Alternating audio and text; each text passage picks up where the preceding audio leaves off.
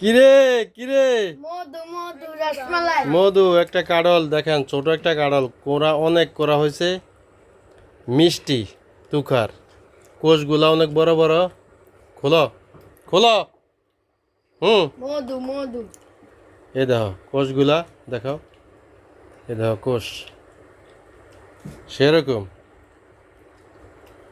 মিষ্টি, মানে একদম রসগোল্লা, রসগোল্লা একদম পুরো আজা।